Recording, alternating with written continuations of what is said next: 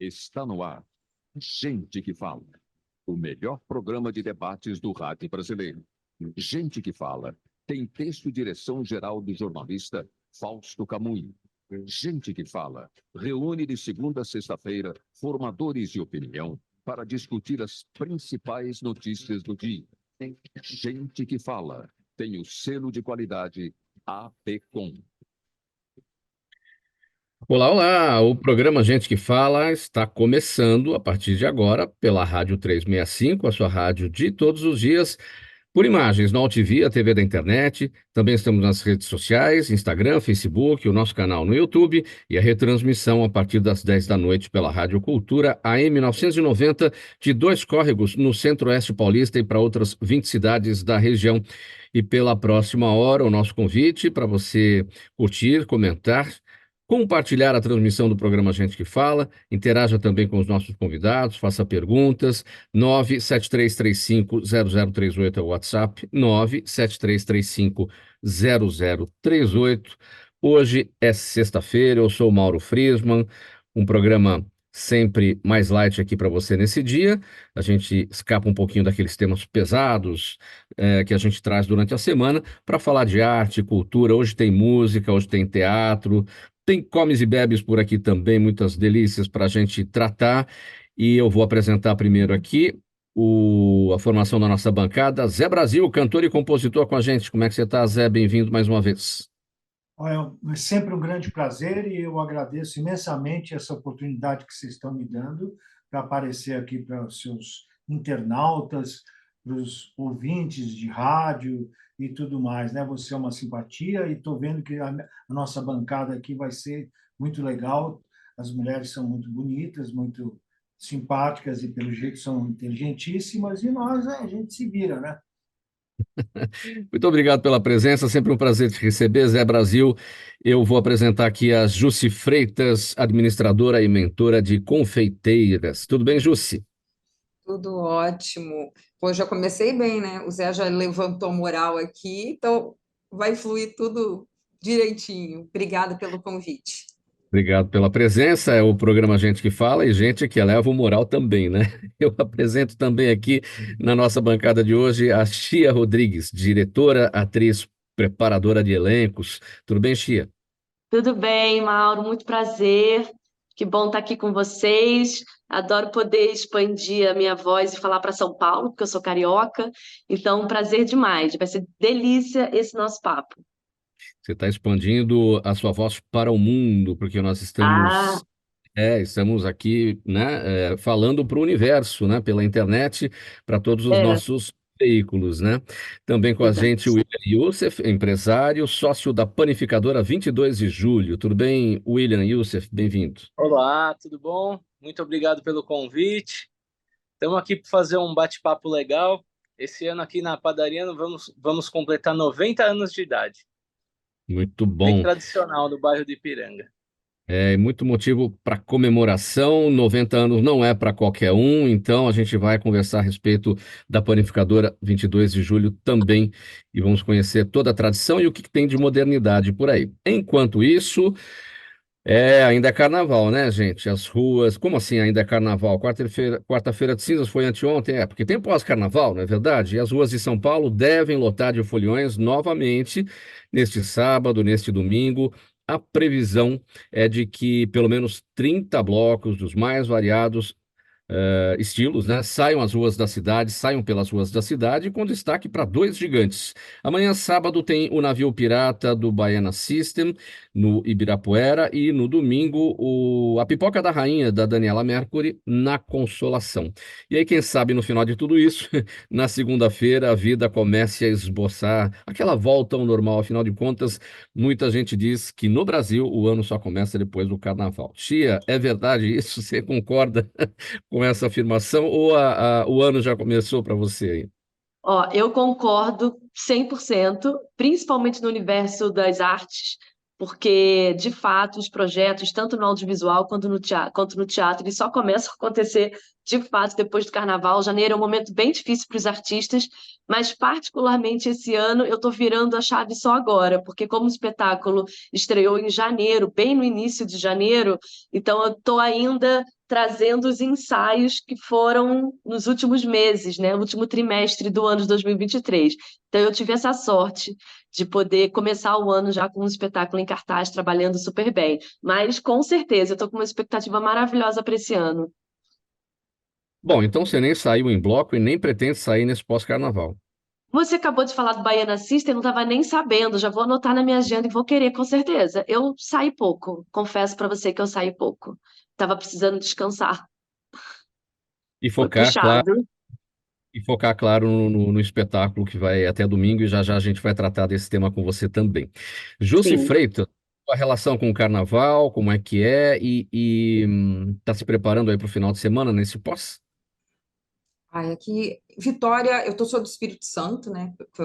Esclarecendo esse ponto. Aqui é uma coisa muito interessante. O capixaba, ele faz o carnaval uma semana antes, para ele não perder o resto do Brasil. Então, pra você ver como que é a coisa aqui, né? Então, uma semana antes tem o carnaval em Vitória e o feriado aqui não tem ninguém na cidade. Então, foi muito tranquilo. Eu preferi ficar em casa, trabalhando, estudando, até porque para as confeiteiras o ano já começou, porque a Páscoa da gente é dia 31. O William vai concordar comigo. A cabeça da gente, 31 de março. Então, a cabeça de quem está nesse ramo aí, a coisa já está fervendo há muito tempo. Ah, saiu do Panetone, já começa já a pensar no ovo de Páscoa, é uma coisa emendada na outra. Nem arrotou o peru, já começa. É verdade. Zé Brasil, sua relação com o carnaval, como é que foi aí no período e o que você imagina para esse final aí no pós? Então, todo mundo acha que músico não trabalha, né? Para mim, não teve Réveillon, Carnaval, não teve nada disso. Só teve trabalho. O ano não vira, o ano continua, a vida continua, o tempo é contínuo, entendeu? E eu já passei daquela época de carnaval, de arranjar namorada no carnaval, que era muito legal e tal, né? A gente ia naqueles bailes de clube, ia para a rua. Eu já saí na Bahia, antes dos trios elétricos. Eu sou meio antigo, gente. Então, em 69, por exemplo, eu fui lá visitar meus amigos Caetano e Gil, e que tinham acabado de sair da prisão, por sinal, e eu entrei atrás do trio elétrico com namorada do lado, mala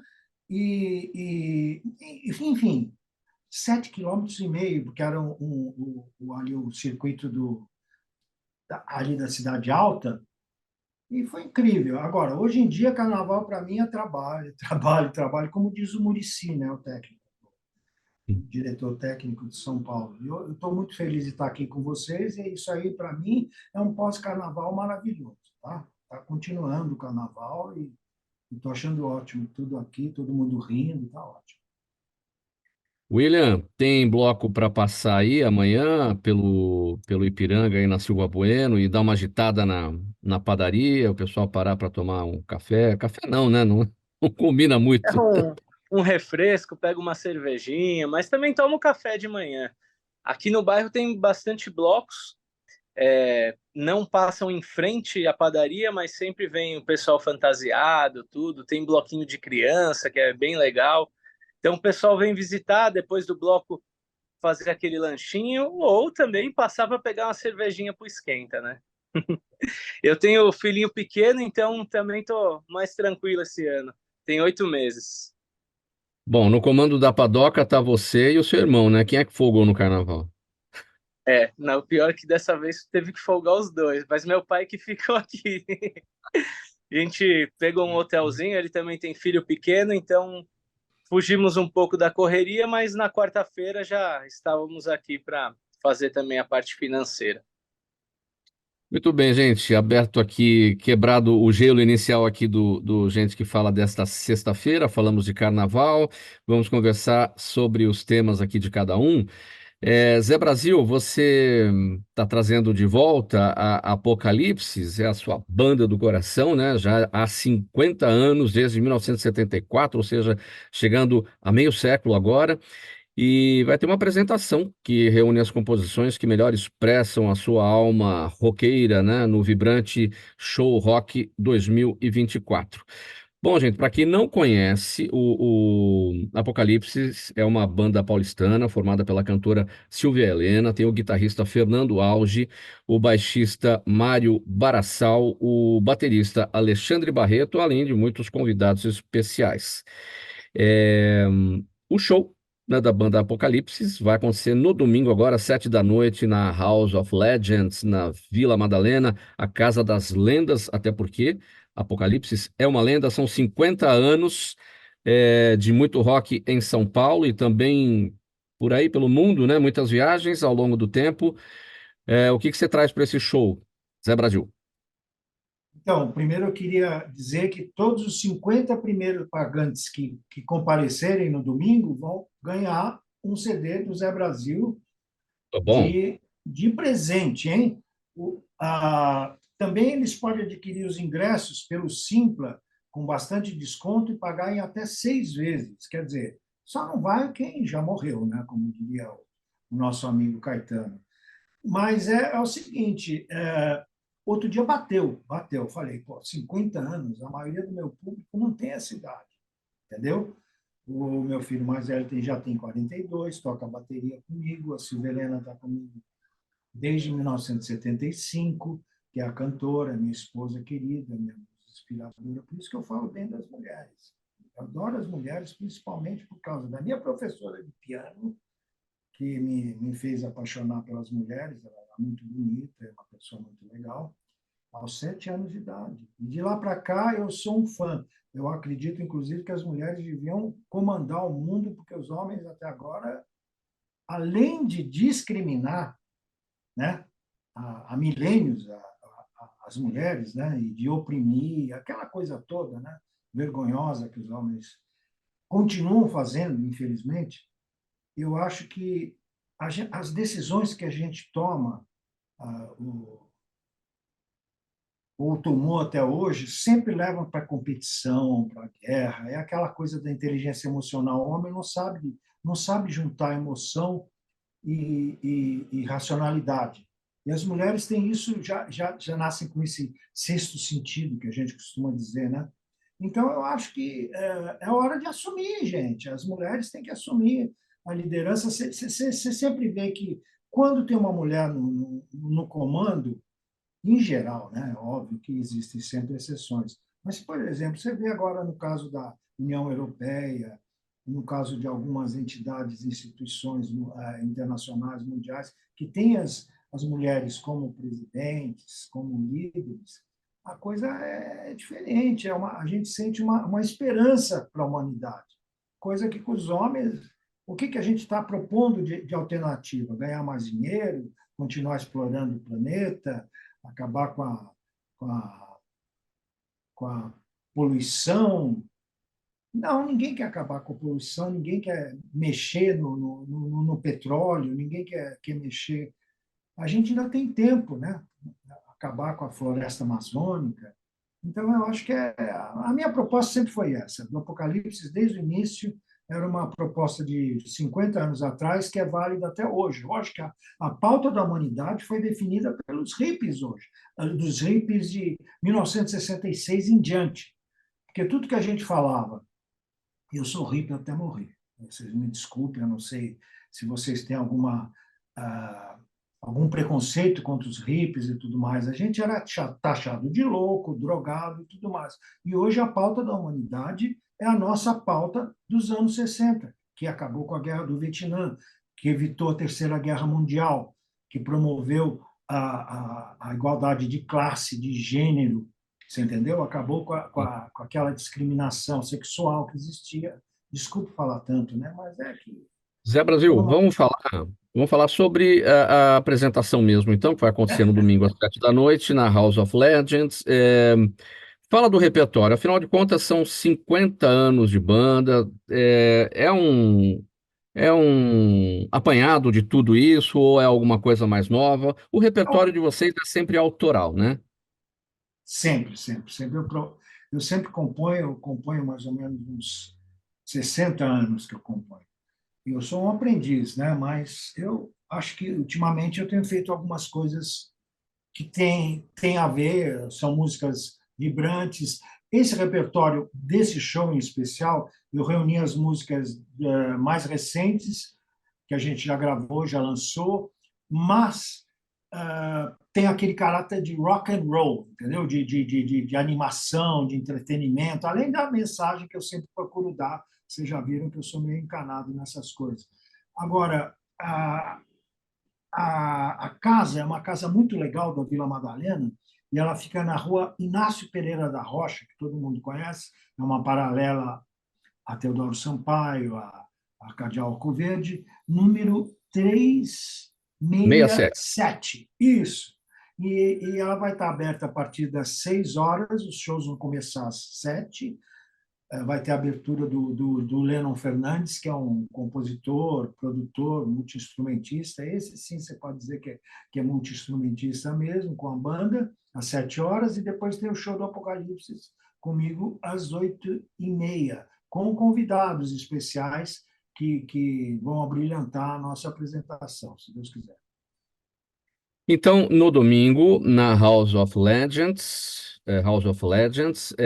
Rua Inácio Pereira da Rocha, 367, bem no miolo, no coração da Vila Madalena, ali entre a Cardeal Arcoverde e a Teodoro Sampaio, a banda Apocalipse do nosso Zé Brasil, e como eu destaquei aqui, temos a Silvia Helena, a cantora Silvia Helena, o guitarrista Fernando Alves, o baixista Mário Barassal, o baterista Alexandre Barreto, todo mundo aí no repertório autoral do Zé Brasil, que já faz muito tempo que está trazendo aí esse trabalho dessa banda paulistana, não só para nós aqui em São Paulo, mas para o mundo inteiro, muitas viagens, né? Vocês se separaram num tempo, foram para a Europa também, só rapidinho, conta essa etapa, Zé. Isso já faz muito tempo, né? Se a gente vai contar a história dessa banda, tem muita história para contar. Nós tivemos a primeira viagem que eu fiz foi para os Estados Unidos, onde eu aprendi a ser músico de rua, ganhar vida tocando na rua, inclusive em Chinatown, em São Francisco. Depois, alguns anos depois, nós fomos para Londres, e o nosso principal feito em Londres foi gravar um EP na época, né? Era vinil, 45 rotações, né?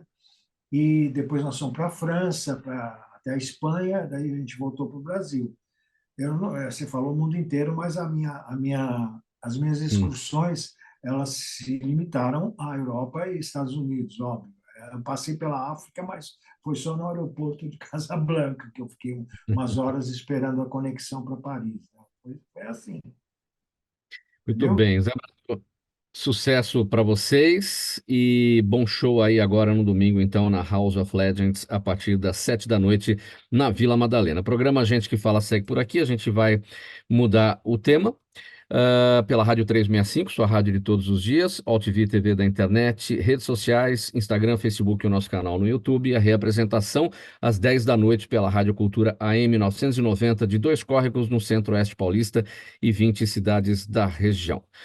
Vamos falar sobre o seguinte agora, que termina no domingo agora a temporada de Sem Registro, uma performance paterna no Centro Cultural São Paulo. Nesse espetáculo de Victor Albuquerque, dirigido pela Chia Rodrigues, que está aqui com a gente, mescla autoficção, depoimentos reais e dados estatísticos sobre a ausência paterna, para tentar entender por que os homens têm tanta facilidade de abandonar suas famílias. Ao mesmo tempo, a peça aborda a construção da masculinidade de uma maneira leve e bem-humorada. Bom, Chia, afinal de contas, por que os homens têm tanta facilidade de abandonar suas famílias? A resposta está na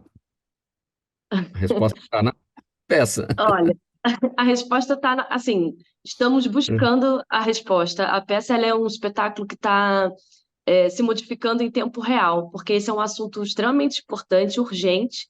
São 1 milhão de famílias, é um exército de mães solo, então não existe uma conta que fecha, por isso que essa pergunta ela é tão difícil de ser respondida. Mas, como o Zé falou, né, um pouco no início, a masculinidade ela é permitida muita coisa, a masculinidade. Então, quando o homem abandona, ele vai viver a sua vida, vai se priorizar, vai priorizar o seu próprio trabalho. A sociedade não coloca tanto eles em xeque, né? É um pouco esperado que o homem faça isso, normalizado que o homem faça isso. Então, na verdade, a conta ela não fecha e a resposta ela está um pouco nesse híbrido entre o que o Zé comentou também sobre os homens não terem muitas capacidades, não foi ensinado para o homem essas questões sobre a sua inteligência emocional, um pouco dessa masculinidade antiga do homem prover. E também uma das coisas que a gente foi descobrindo ao longo desse trabalho é que quando o homem muda de família, quando ele troca de esposa, ele troca o seu seio familiar. Então, o outro filho vira quase como se fosse um bastardo. Então, o homem está atrelado à figura da mulher, né? Então, aquele seio familiar que ele está construindo de novo, aquela vira sua própria família. Então, ele é capaz de abandonar com muita facilidade, sem sentir saudade, sem sentir remorso, e tem essa questão financeira, né? Então, ele dá aquele pouquinho daquele dinheiro, ele já acha que essa é a função. Então, a masculinidade está em xeque, justamente porque está colocando à prova todas essas bases que sustentam a masculinidade. Então, o homem é provedor, então ele faz aquele pouco e ele já está fazendo a função dele. Então, isso está escrito de uma forma muito milenar, né? Então, estamos vivendo um novo momento onde os homens precisam conversar entre eles. Não acho simples ser homem nessa sociedade, mas o próprio patriarcado aprisiona os próprios homens, né? Porque os homens não são ensinados a chorar, não são ensinados a conversar entre eles sobre as suas emoções, os homens são ensinados a ser os governantes, o afeto que é convocado para eles e ensinado é o afeto da ira. Então, o homem não é dado outro afeto que senão esse lugar da soberba, de ser bravo, de ir em frente, de governar, vem, eu sou o condutor, me segue. E para a mulher, milenarmente também você encontra outros afetos, né? Que é o cuidado, que é o lugar mais da natureza, de receber. E aí agora, nossa questão é, o homem precisa pegar a sua parte feminina e tomar para si esses aprendizados. Acho que esse que vai ser o nosso futuro, o feminino e o masculino em ordem, porque senão o homem fica uma coisa e a mulher fica outra. O homem provê e a mulher cuida. E a gente está vendo novas paternidades, né? Então a peça fala um pouco sobre isso. Chia, a peça vai também pela ótica do filho que é abandonado pelo pai, e aí ele se torna pai, e aí ele tem que ter um olhar diferente para o filho que ele teve, considerando o abandono que ele sofreu do próprio pai? Esse é o recorte que ele me arrepia, assim, de falar, sabe? Porque só podia ser o Vitor a fazer essa peça, porque é um homem preto, é um homem que foi abandonado e foi pai muito cedo. Então a gente tem um recorte e que tentou abandonar. Só não abandonou porque a mãe dele não permitiu que ele abandonasse. A mãe dele é que fez ele ser o pai que ele é. A mãe dele que ensinou ele a cuidar.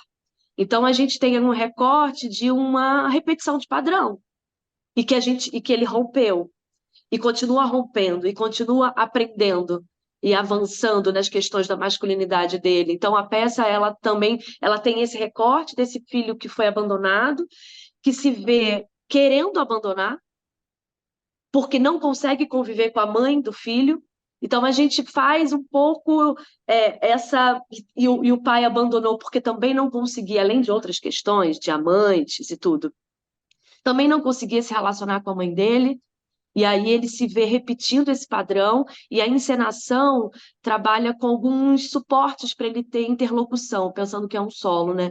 Então, uma das coisas que a gente conquistou no período de ensaio foi trabalhar com a ideia de sombras, que é super bonito, porque aí traz um pouco esse paradoxo que ele convive com a sombra mesmo, esteticamente falando. Então, ele tanto está em diálogo com o pai dele, mas quem faz a sombra é ele, é o corpo dele, do performer, que está produzindo aquela sombra para ter um diálogo com o pai, e ao mesmo tempo é ele repetindo o padrão. Então, essa ausência, paradoxalmente, está completamente presente. E a gente tem visto muitos homens assistindo a peça, sabe? E quando ele faz um quiz ao longo da peça, ele pergunta quem é pai, quem teve uma relação X ou Y com o pai, você vê muitos homens levantando a mão, e é uma dor, né? Então a peça ela é leve, mas eu vi outro dia alguém falando assim, nossa, mas a primeira parte da peça é quase um filme de terror, mesmo sendo é, tenha momentos engraçados, porque toca numa ferida muito grande. Então você vê muitos homens se emocionando, muitas mulheres chorando, muitas mães solo. Então a gente está sentindo que a peça está tocando assim numa ferida muito importante, sabe?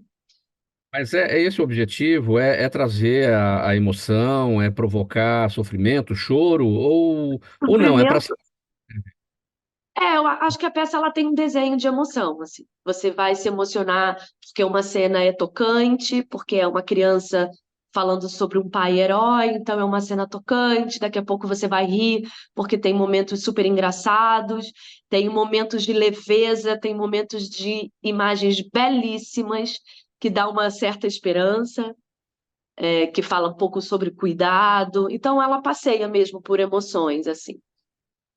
esse tema do homem que abandona a família, abandona os filhos, é um recorte do homem brasileiro? É o homem brasileiro esse retrato? Ou esse é um problema do homem universal?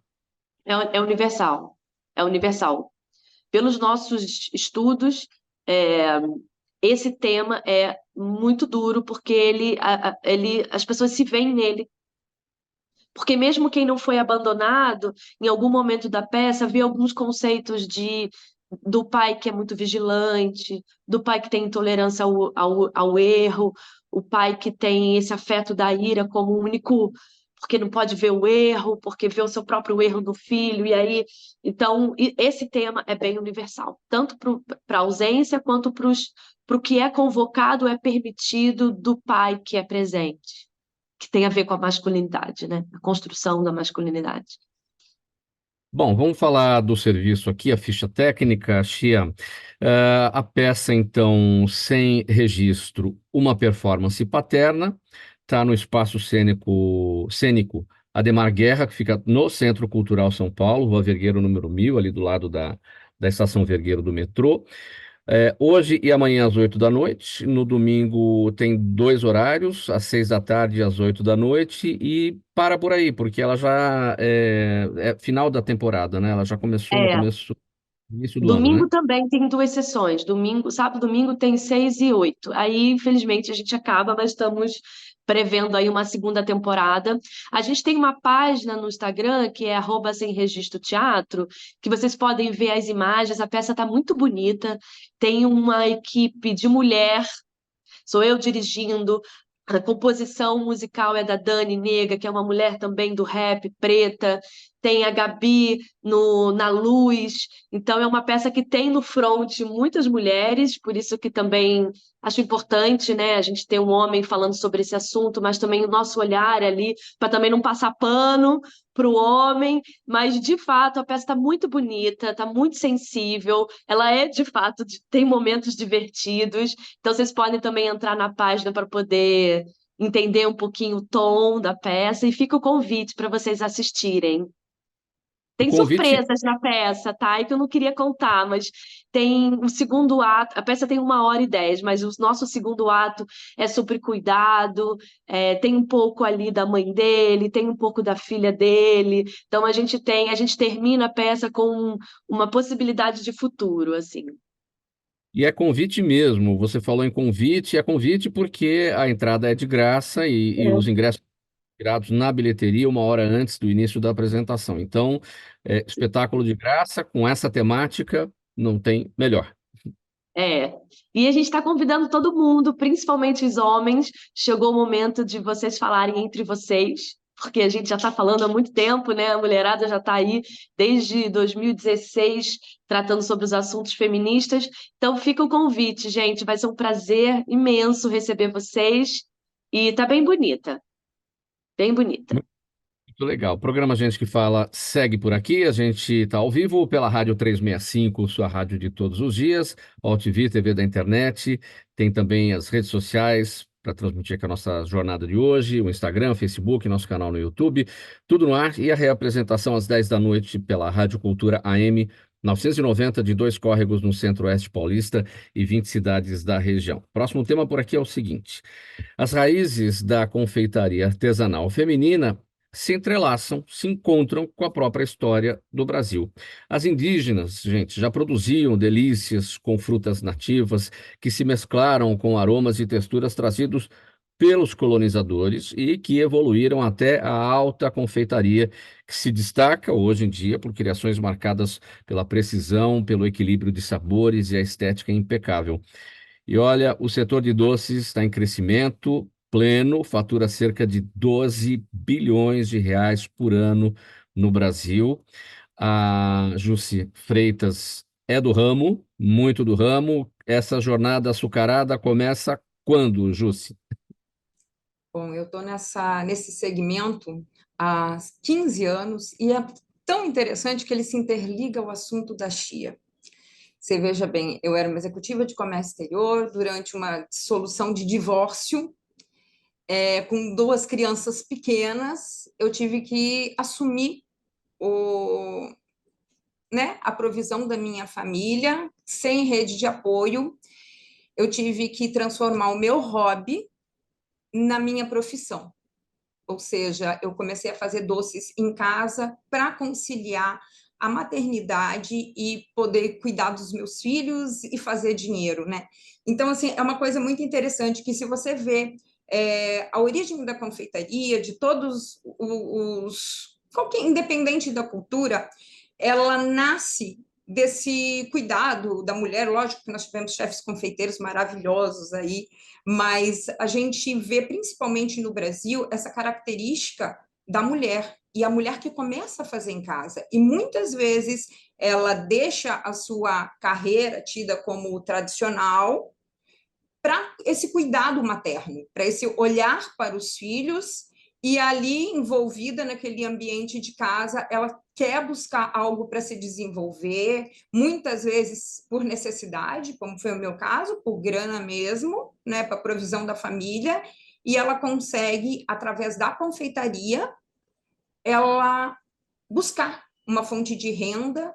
E o que eu vejo muito, aí quando se destaca o crescimento desse mercado, essas mulheres que estão em casa, elas fazem um movimento absurdo em relação a faturamentos, que muitas pessoas, e inclusive ainda há o preconceito com relação a isso, que tem muito aquela coisa assim: puxa, mas você deixou de ser advogada para fazer doce? Só que eu estou falando, por exemplo, de alunas minhas, de faturamento só em dezembro de 50, acima de 50 mil reais, 72 mil reais, isso dentro de casa. Então, assim, é um movimento que é muito importante que seja destacado e valorizado, essa função dessa mulher, que ela opta por buscar uma atividade de trabalho dentro de casa para conciliar com essa maternidade, e é o tipo da pessoa que está ali encontrando uma forma de expressar, né, essa sua veia criativa, estar com os seus filhos, fazer seu próprio dinheiro, que isso também traz um resgate de autoestima absurdo para essas mulheres, que muitas vezes estão naquela função ali de a coitadinha está dentro de casa. Não são coitadas, são mulheres inteligentes, que têm capacidade realmente de gerir um negócio, mesmo que seja de dentro da cozinha da sua casa. E são essas mulheres que estão ali presentes na vida dos filhos e que fazem a economia girar numa proporção como você mesmo citou. Então, a sua jornada açucarada, como eu destaquei aqui na pergunta, né, ela começa, você se Bem identificou amarga. com a temática da peça da Chia Rodrigues, e dentro do que a gente vê hoje em dia, né, do empreender por necessidade, que tantas mulheres têm, muitas mulheres têm, por abandono, né, dos maridos, por abandono dos parceiros, e a mulher acaba tendo que, como se diz, né, se virar nos 30 para poder iniciar uma nova atividade, fazer a vida avançar, trocar de profissão. Exatamente essa é a sua história, né? E, Mauro, assim, eu não considero, às vezes, nem só por abandono físico. O que que acontece? A mulher, muitas vezes, que ela abandona essa carreira para tomar conta dos filhos, ela tem um autoabandono. Ela meio que perde essa identidade de sociedade como um ser que está ali se movimentando, gerando economia, que muitas se perdem até no sentido de que, tipo assim, quem sou eu? Porque ela se torna simplesmente a mãe e a dona de casa. Então, quando ela entra dentro de uma profissão que ela pode conciliar isso, isso traz um resgate de autoestima absurdo. Ela se sente útil, ela se sente capaz, e não é só pela grana, não é só pelo valor que ela recebe, quer dizer, o monetário, né? É sobre uma valorização de ser vista como uma pessoa que tem relevância dentro da sociedade, e não essa invisibilidade da dona de casa e da mãe, que isso infelizmente, acontece demais. Quanto tempo leva, vamos falar do negócio, para se formar uma confeiteira artesanal? Porque você Vamos faz colocar, palestra, você dá formação, né? O seu trabalho, além, né, de lidar com a própria execução, é formar mão de obra para isso, né? exatamente. Mauro, acho que não existe uma formação específica. Quer dizer, lógico que existem cursos específicos para isso na parte da habilidade técnica. Mas o que que acontece? Geralmente essas mulheres, elas começam por heranças de habilidades, às vezes que aprenderam com a mãe, que elas começaram a fazer alguma coisa. Hoje, as redes sociais, um YouTube da vida. Eu tenho alunas, por exemplo, que começaram com uma receita do YouTube para vender biscoito na rua, que hoje tem loja e emprega outras mulheres. Então, eu acredito que hoje a coisa mais importante, lógico que a habilidade técnica é super importante, mas a transformação dessa mentalidade que eu tenho um negócio na mão, eu vou tratar isso como um negócio, é isso que faz com que ela cresça rapidamente. E eu vejo casos assim que quando a pessoa chega com essa mentalidade, é muito rápido. Em coisa de um ano, ela está estabilizada. Isso é uma coisa que aconteceu comigo. Eu vivi isso. Em um ano, eu era referência na minha cidade. Mas encarando isso como negócio, eu tenho que fazer dinheiro com isso. Isso não é mais um hobby. E essas novas confeiteiras estão trabalhando a partir de casa ou estão abrindo seus negócios em pontos fixos? O negócio tradicional de confeitaria está dentro de casa agora? Geralmente começa dentro de casa, e lógico que à medida que avança, que cresce, essa cozinha de casa fica inviável. Então, assim, muitas acabam migrando, não às vezes para uma loja, né? Mas às vezes para um movimento de ter seu próprio espaço, ter seu ateliê, onde que elas possam ter mais autonomia, colocar mais gente, né, para trabalhar também. Então, assim, é um movimento muito diferente de cada uma. Há as que têm pretensão em abrir um café, uma confeitaria, mas o que eu mais vejo muito é essa busca de ter um espaço para produção, justamente para separar da rotina de casa. O que é a alta confeitaria? E que eu destaquei aqui na nossa nota de abertura, e ela se forma a partir, né, daquilo que as indígenas já faziam, e a confeitaria, na sua franca evolução, na sua plena evolução, vai encontrando aí pelo caminho o seu jeito, né, até chegar na alta confeitaria. Na verdade, assim, esse termo alta confeitaria, né, eu até não. Existe várias situações, principalmente a autoconfeitaria, a clássica, a francesa e tudo mais. A confeitaria artística, acho que ela foi desmembrando de várias coisas, várias vertentes. Depois o William pode até falar sobre isso, dentro da própria padaria dele. Talvez começou lá com uma tradição europeia, de fundação, mas ali provavelmente ele vai ter um browniezinho americano, ele vai ter um macarrão francês. Então, assim, ela vai. Hoje, acho que dentro do Brasil não dá nem para colocar é isso ou aquilo. Eu acho que são várias influências que se transformaram, e aí a gente tem o nicho das festas, as festas infantis com obras de arte que tem uma base ali de um doce. Então, eu acho que hoje como o nosso país é uma grande miscigenação, uma grande saladona, eu acho que a confeitaria no Brasil hoje também ela parte de tudo isso. Eu acho que são pouquíssimos segmentos que não, eu sou especialista nisso. A grande maioria, e principalmente esse movimento das confeiteiras que vem de casa e tudo mais, ela está ali incluindo um brigadeiro de recheio de um macarrão francês, e a coisa vai se adaptando, vai virando outra coisa que é a nossa, com a nossa identidade. Já já eu vou linkar com o William essa conversa. Uma outra coisa, Jussi, tem que partir necessariamente, esse tipo de trabalho tem que partir necessariamente de um hobby. No seu caso, começou assim. Você já gostava de fazer, era um hobby, isso era algo que já acontecia na sua vida, de forma terapêutica, era uma coisa que você gostava, era hobby mesmo. Ou dá para começar do nada, quem nem gosta de mexer com isso, dá para pegar gosto pela coisa e entrar nesse ramo de confeitaria. Eu acho que dá. Mas o negócio é o seguinte: é algo braçal, algo de paixão. Não existe só flores e doçura nesse caminho. Então, tem que ter estudo, tem que ter técnica para você apresentar algo bom. Então, assim, na minha opinião, eu acho que você gostar daquilo que você está fazendo, independente de qualquer coisa, eu acho que é fundamental, porque senão a coisa não vai. William, digamos assim, acho que para todo negócio, né, 50% do caminho fica preenchido quando você tem a paixão. Ou seja, você precisa ter metade do caminho preenchido, gostando do que você vai fazer, senão é meio caminho para dar errado, né? Concordo plenamente, porque é engraçado, às vezes eu viajo, visito muitas padarias, vou em hotéis, então eu tiro foto dos doces e o prazer assim do meu confeiteiro de me mostrar, eu mando a foto para ele, ele me mostra, ó, consegui fazer, tá aqui. Então isso só pode alcançar com tendo amor e vontade de fazer. Só por financeiro assim, as coisas ficam muito maçantes. Então esse carinho assim é muito bacana. Então agora entrando nesse tema de Páscoa, eu já vi alguns bolos em formato de coelho. Já mostrei para ele, falou, opa, vamos lá, vamos pegar essa forma, vamos preparar.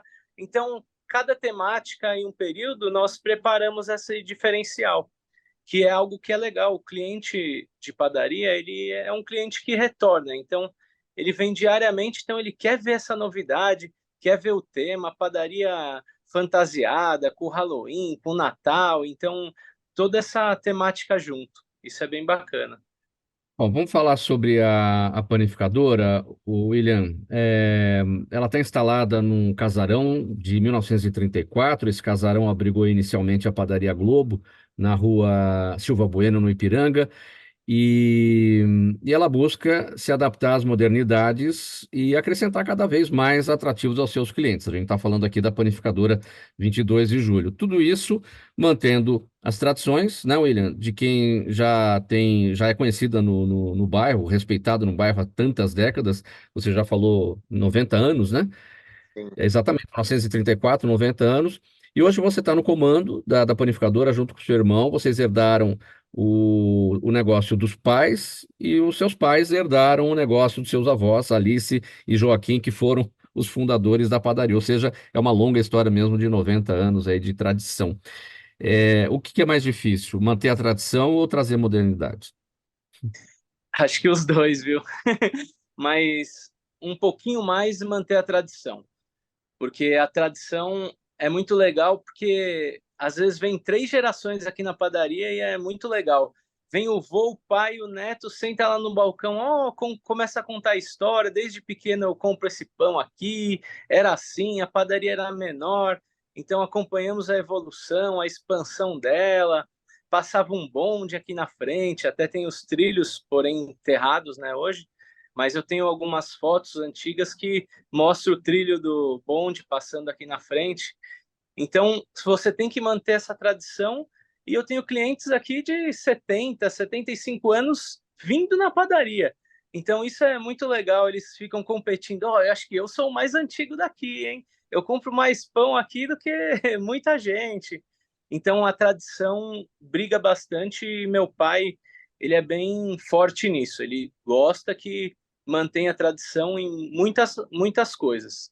Então, por exemplo, as padarias mais modernas diminuem um pouco aqueles pães doces, tudo, porque a venda realmente dos jovens tem mais preocupação com emagrecer, tudo, não quer comer tanto assim. Então, os mais antigos falam, meu, cadê aquele pão doce, aquela Vanderleia que eu comia quando era pequena? Então, tem que sempre manter essa tradição forte. E é claro que inovar um pouquinho, né? Então, nós temos aqui como inovação o pão de mandioca, que ele é um dos carros-chefe, depois do pão francês, pão parmesão.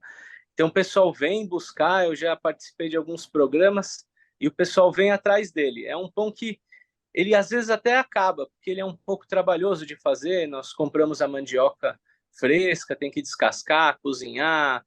Então, tem alguns processos que nos pães precisa esperar crescer, tudo, e às vezes dá uma falhinha de acabar, né? Meu Deus, eu Mas, sempre falo isso, na hora do almoço a gente falar dessas coisas, a gente falou de doce com a Jússi, é, tá falando dos pães com você. É, panificadora ou padaria? Você falou padaria. Tem dono do negócio aqui? Não, não. Padaria não, é panificadora. Tanto é, faz, ou padaria mesmo, como se diz no popular na gíria. eu, na minha opinião, tanto faz. Panificadora, vamos ficar assim no mais chique, mas padaria dá aquele negócio afetivo, né? É legal que o pessoal fala, não, a minha padaria é a 22 de julho. Então você vê esse carinho das pessoas que vêm sempre aqui, é uma extensão da casa dela. Então eu vejo muito como padaria o nome como um carinho bem, bem legal dos clientes. Bom, e não a gente pode até pensar assim também, né? Atrás das padarias não estão somente portugueses, tem os árabes também.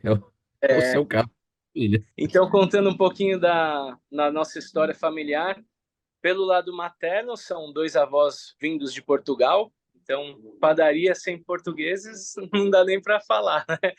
E tem o lado do meu pai, que ele é árabe, sírio-libanês. Então, não ele propriamente, mas a família, né? Então, começou lá com vendas de camisas, quando era pequeno, tudo.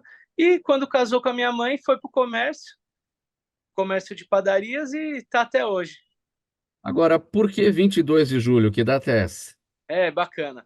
Nós estamos no cruzamento da rua Silva Bueno, que é uma rua de comércios famosa aqui no Ipiranga, com a rua 2 de Julho. Então, contam-se as histórias que já existia um comércio chamado 2 de Julho, que é o nome da rua. Então, para diferenciar na época, eles adicionaram um 2. Então, 22 de julho. Então, uma história curiosa aí que contam da nossa história. E tem uma tradição, né, nas padarias aqui em São Paulo, né? Sempre é princesa do bairro X, né? Uhum. Rainha do bairro Y, né? Então, Sim. isso aqui. Mas E não se então, usa. a ideia aqui foi mostrar que era o segundo comércio da Rua 2 de Julho. Então, acho que essa foi a ideia na época, mostrar que a Rua 2 de Julho, mas a padaria 22 de Julho. É a segunda que teve na época. Mas é engraçado que muitas pessoas chamam a padaria 2 de Julho, né? Confundem um pouco, mas é uma coisa normal. A gente já está acostumado. Perguntas aqui da nossa audiência, uma para cada um. O William está falando, eu vou com você então primeiro, William. É o Jaime do Jardim Bonfilholi, na zona oeste aqui da capital. Jaime, valeu, sempre participando, sempre perguntando para os nossos entrevistados. Em que medida, o Jaime quer saber, as padarias e confeitarias instaladas em supermercados já competem com as panificadoras de rua? Ótima pergunta, hein? Sim. Então, eu acho que vem evoluindo bastante. Então, os mercados estão criando sua produção própria e o campo está aberto para todo mundo. Tem muitos mercados que têm uma padaria própria, inclusive tem funcionários que migram, né, dessas áreas, mas eu vejo, claro, como uma tradicional padaria não existe, né? Então, mas se a pessoa é dedicada e faz o próprio pão, não compra ele congelado, pré-fabricado, eu acho que vai ter um carinho bem bacana. Mas a padaria ela é especializada nisso. Então, vem para a padaria.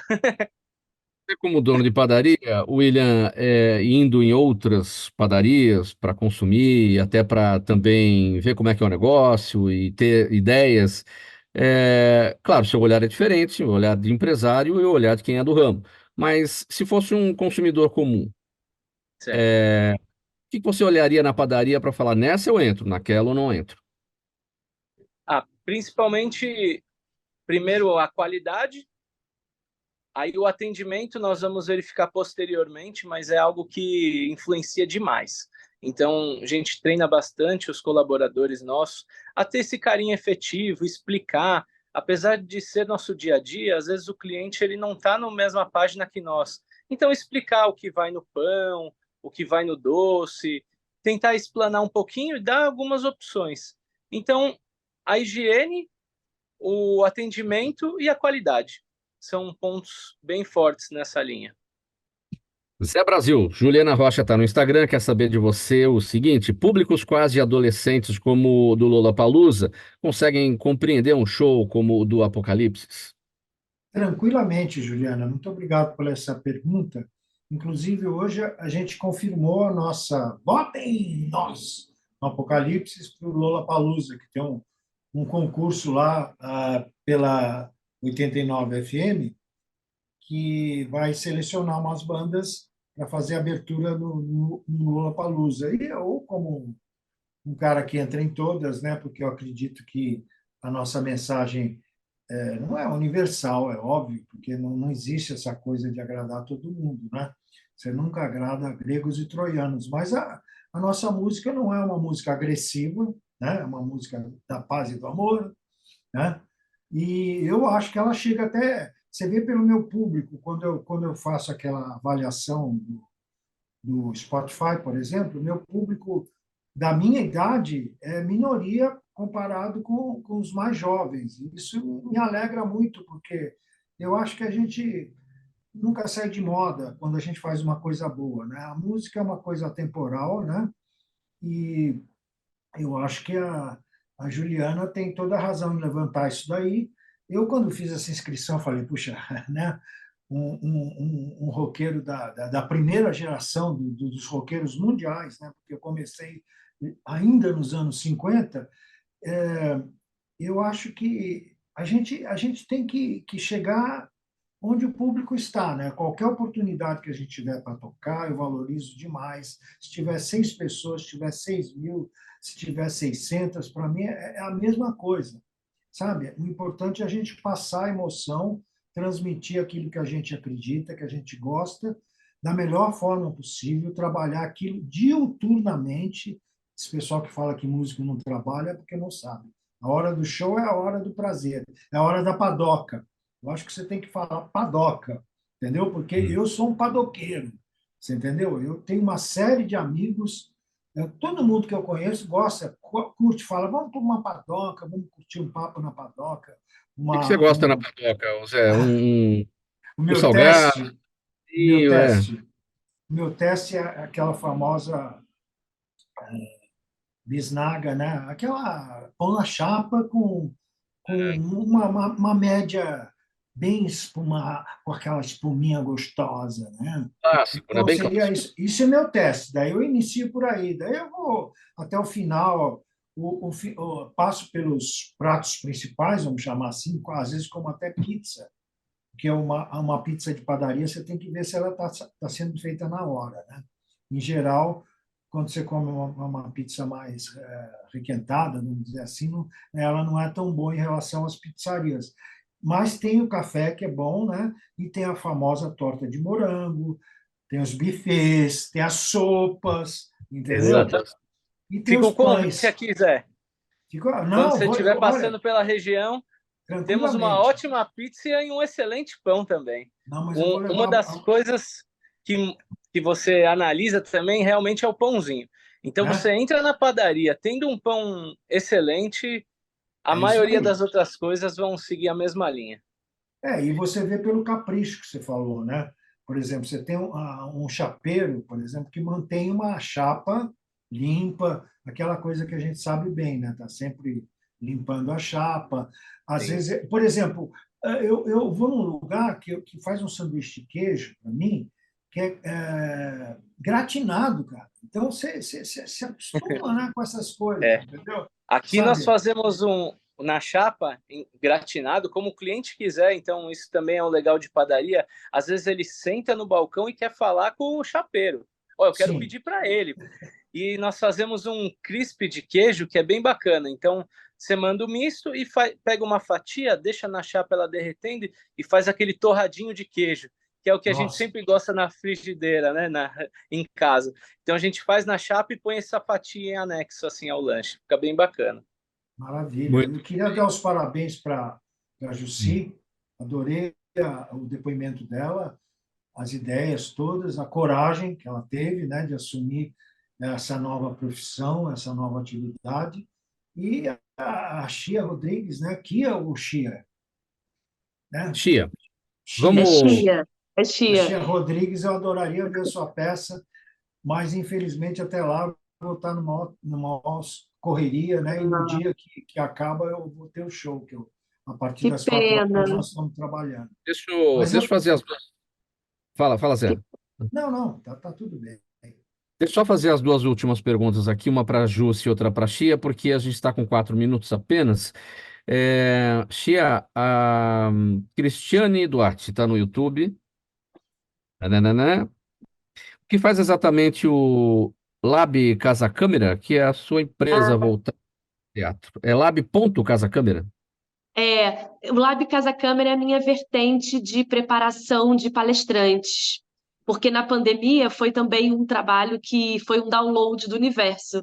Eu estava, né, sempre fui voltada para o audiovisual e para o teatro, e quando começou a pandemia, eu falei, caramba, acho que eu vou dar aula para esses profissionais que vão estar em casa, que não sabem falar com a câmera, que não sabem fazer um storytelling e que vão começar a precisar expandir o seu negócio através da internet. Então, eu comecei a preparar o corporativo, empreendedoras, empreendedores. Então, criei e preparei vários palestrantes para TED Talk, para os seus próprios vídeos, para as suas redes. Então, é a minha vertente corporativa. Hoje eu dou treino para empresas de expansão mesmo, de voz, de comunicação, de performance.